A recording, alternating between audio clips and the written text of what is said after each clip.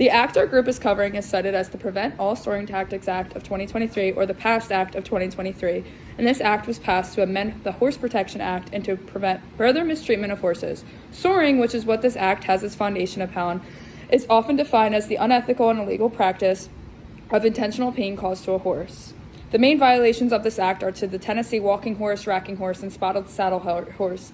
And this act makes it so that if a horse is seen as being soared, a secretary has an executive power to remove a horse from participating in a show ranging from 180 days to 3 years. My article talks about the protections prior to our bill. So in 1970, the Horse Protection Act was passed in hopes that soaring would end altogether, but unfortunately that did not happen. It goes on to explain what soaring is, how it affects horses, and how there are many different variations. It talks about the brutal lesions and sores that horses get because of soaring, as well as how regulators try to use the SCAR rule to prevent and detect soaring, unfortunately, in an effort to mask soaring. Some trainers will apply numbing agents to their horses' legs prior to inspection so they can't react. And then the penalties for soaring are fines, disqualifications, but no more than a year of incarceration. Soaring is still very prominent for many reasons, one being that this practice has been passed down for so long that it is not viewed as socially unacceptable. Another is that many of the people who judge and regulate the horses are owners and breeders that would not benefit from reporting the soaring because it could potentially hurt their reputation. The overall takeaway is that soaring may not change until new legislation is passed, like the PAST Act, or the industry changes itself for the better.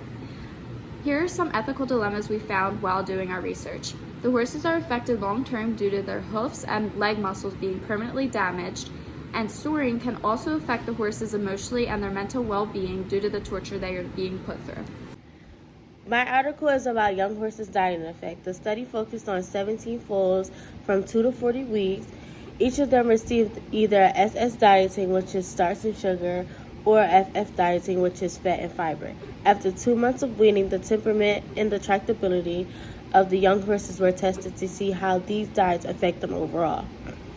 The horses received the FF dieting, which was less distressed immediately after weaning and seemed calmer during the range of the temperamental test. My article on soaring in the Tennessee horse walking industry explains the cruel truth about the treatment of these animals. These horses are abused to perform a unique run-walk motion while kicking up their front legs. There are many abusive methods used upon these horses in getting them to perform. The most common would be physical soaring, which includes applying pressure or trimming a horse's hoof to inflict pain. Chemical soaring is also another tactic used upon these horses. Caustic chemicals are applied to their lower limbs to create immediate pain for the horse that can last for days and eventually even lead the horse to having internal organs and nervous system permanently damaged.